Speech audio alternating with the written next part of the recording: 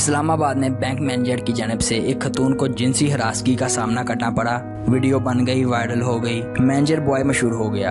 इंतजामिया हरकत में आई, मुलजिम को गिरफ्तार किया, बैंक ने नौकरी से निकाल दिया और हमेशा के लिए किसी भी बैंक की नौकरी से मजूल कर दिया गया। जिल्लत का अंदाजा खुद ही लगा लें और हो सकता है ये बदअखलाकी वो पहले भी करता हो, मगर रब ने इसकी रस्सी दराज की हो।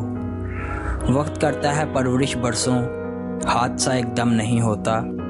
मेजर तुफैल शहीद रहमतुल्लाह अलैह से उसके एक सीनियर ने सवाल किया, तुफैल क्या हाल है? मेजर साहब ने क्या ही उम्दा जवाब दिया, सर अल्लाह ताला ने ऐप छुपाकर लोगों में मुअज़्ज़िज़ बना रखा है।